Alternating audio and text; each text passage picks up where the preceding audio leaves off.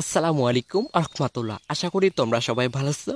আজকের এই ক্লাসে আমরা আলোচনা করব ষষ্ঠ শ্রেণীর নতুন কারিকুলামে আমি সাগর পাড়ি দেব অর্থাৎ বাংলা বইয়ের আমি সাগর পাড়ি দেব কবিতার মূল ভাব নিয়ে আমরা আলোচনা করব। চলো আমরা নমুনা উত্তর এক নজরে দেখে আসি। আমি সাগর পাড়ি দেব কবিতার মূল ভাব। আমি সাগর পাড়ি দেব কবিতাটি বাংলাদেশের জাতীয় কবি কাজী নজরুল ইসলামে লিখেছেন।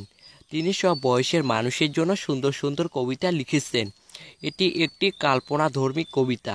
কবিতায় কবি কাজী নজরুল ইসলাম একজন সওদাগর বা বড় ব্যবসায়ী হিসেবে নিজেকে কল্পনা করেছেন।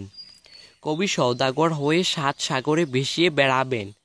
তার সত্য মধুকর নামক বাণী রাজ্য তীরে দিয়ে নিজের ঘাটে সওদা নিয়ে তিনি সবার ঘাটে যাবেন এবং বিশ্বজোড়া হাটে তার একই কেনাবেচা চলবে।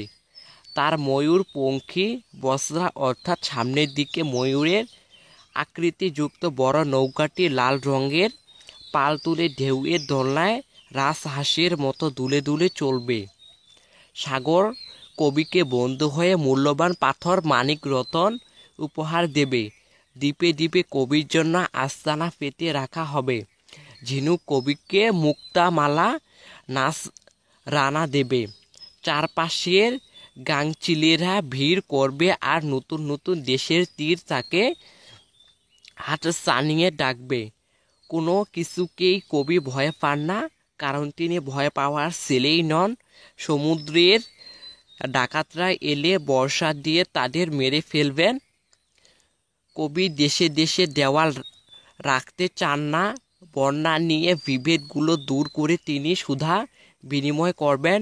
কবি তার মাকে ভয় না পাওয়ার আশ্বাস দিয়ে ব্যবসায় যাত্রা করেন এবং দুঃখিনী মায়ের দুঃখ ঘুচাতে বিভিন্ন মূল্যবান পাথর এনে দেওয়ার প্রতিশ্রুতি দেন। এভাবে কবি রাজা রাজকুমার হয়ে যাবেন আর তার মা হবেন রাজরানী। তো এই ছিল তোমাদের আমি সাগর পাড়ি দেব কবিতার মূল ভাব।